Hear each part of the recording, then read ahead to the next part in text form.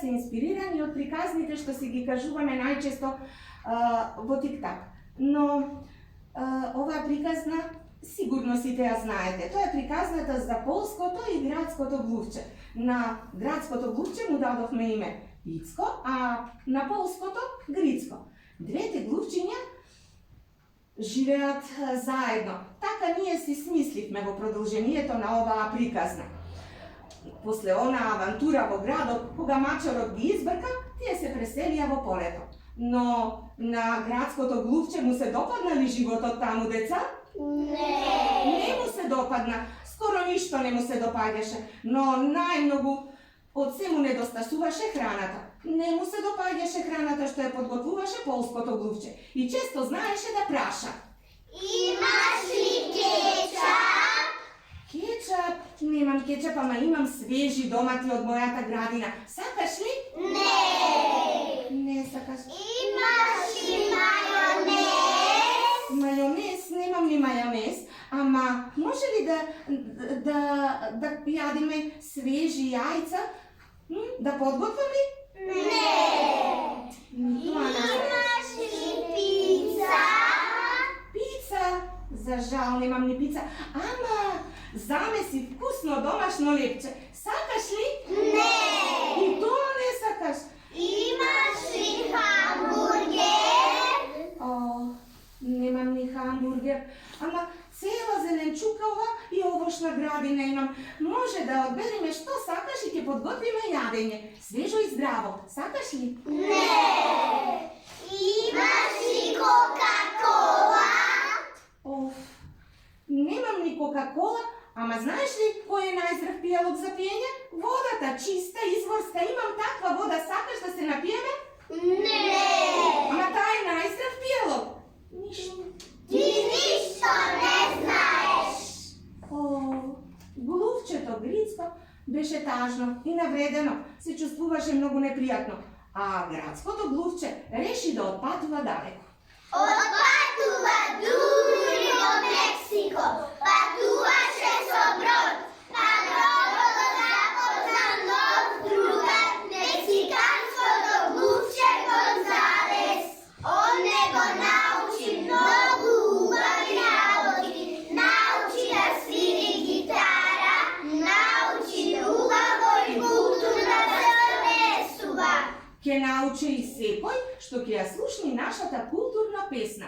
Повелете, деца. Културна песна, ако некој го довикнал името твое, грдо ако му речиш што е, верувај, устните нема да болат, ако изговориш обично мола. Ако некој не вика, не вели а, додај ја буквата Д и ќе биде да. Верувај, без лошо да бучи, гласот твој ќе звони, убаво ќе звучи. Ако некој те моли, сослушај се, не вели грубо и осечно не. Верувај, тој што те моли се мачи, твојата помош многу му значи. Околу тебе радост да кружи, со грди зборови нема да се дружиш. Многу убаво кажано, деца. Научи и глувчето Ицко. Му беше многу жал што така се разделија со својот другар од детството, но не можеше засега да ја поправи работата. А кога стигна во Мексико, се чувствуваше многу убаво. Бидејќи научи да свири гитара, тој стана славен и популарен пејач. Правеше прекрасни забави, ниедна фиеста веќе без него не беше можно да се одржи. А како изгледаат тие забави? Ке имате можност сега да ги видите. Може ли, деца? Да пуштиме музика. Ајде, пуштаме музика и забавата може да започне. Вивата фиеста!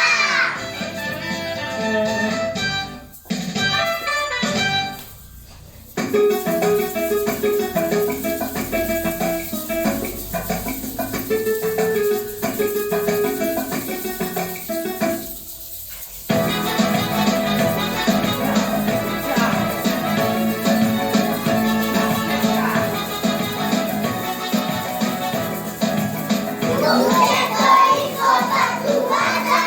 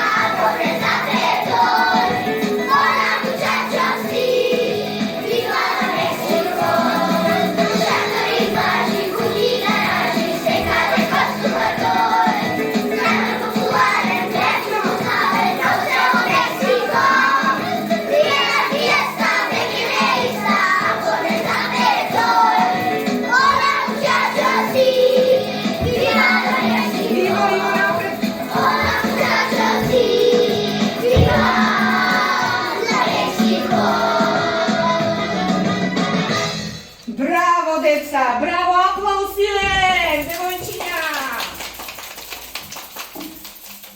Забавите, глувчето Ицко се враќаше дома во новиот стан во Мексико, но се чувствуваше тажен. Немаше многу пријатели. Тогаш дури се сети колку му недостасува неговиот пријател од детството Грицко. Па си помисли колку би било убаво да е и тој тука, да има со кого да ја подели новата радост, дека знае да свири и дека е популарен. Разбра што значи другарството, тоа што многу често му го кажуваше другарот. А сега ќе слушнете и вие од нашата стихотворба што се вика другарство. Ајде, деца!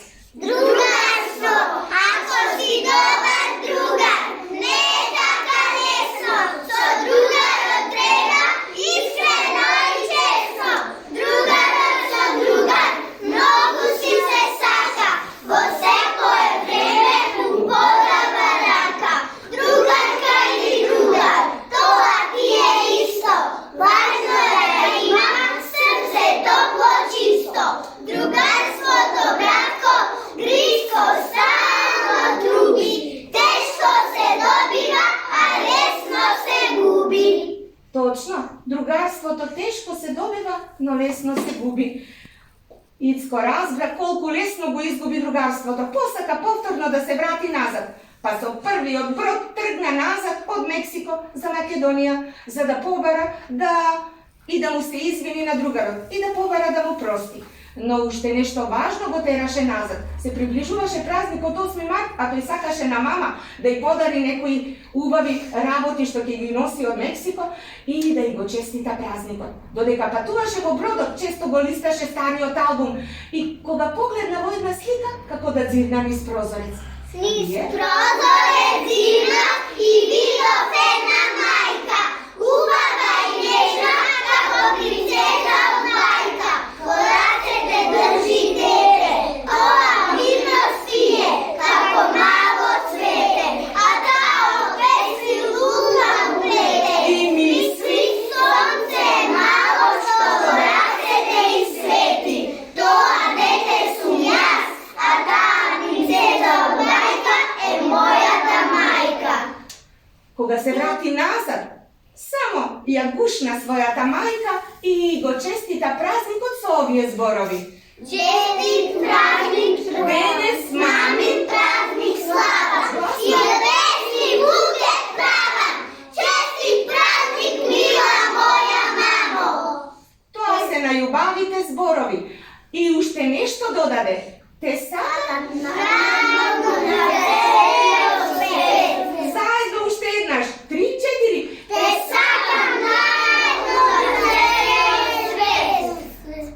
Епа, драги мајки, еве конечно и јас да ви го честитам празникот, нека ни е честит празникот, се надевам дека оваа честитка за секогаш ќе остане во вашите срца како најубав спомен.